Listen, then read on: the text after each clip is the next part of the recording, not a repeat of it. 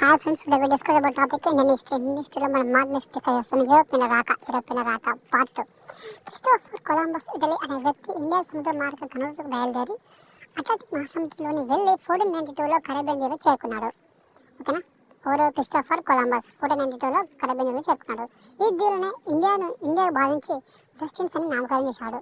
ఓకేనా, ఇండియాగా భావించి west Indies నామకరణం చేశాడు. బట్ అమెరికా వెస్సూచి అనే వ్యక్తి ఇండియా కాదని అమెరికా అనే దీవులను పేర్కొన్నాడు. ఇండియాకు వాణిజ్య మార్గం కనుగొనకు పోర్చుగీస్ కింగ్ అయిన ఒకటో మాన్యువల్ 1498 జూలై 8 నాడు Vasco da Gama San Gabriel నౌక తీసుకొని లిస్బన్కు చేరుకొని కేప్ ఆఫ్ గుడ్ హోప్కు చేరుకున్నాడు.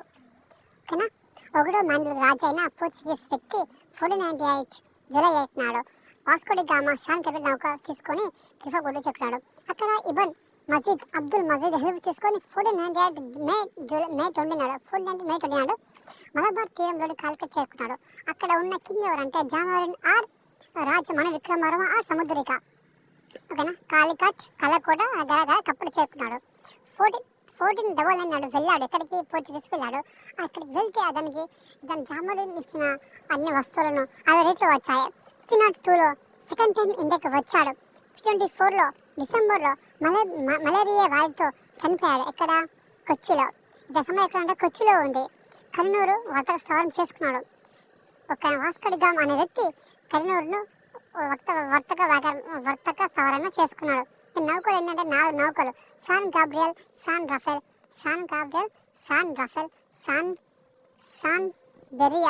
బెరియా మానవరహిత వస్తు నౌక.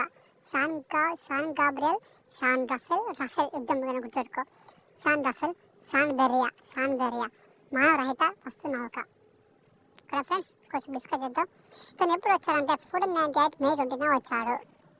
ఓకేనా, అప్పుడున్న కింగ్ ఎవరంటే జామోరిన్ రాజమణ విక్రమవర్మ ఆ సముద్రిక.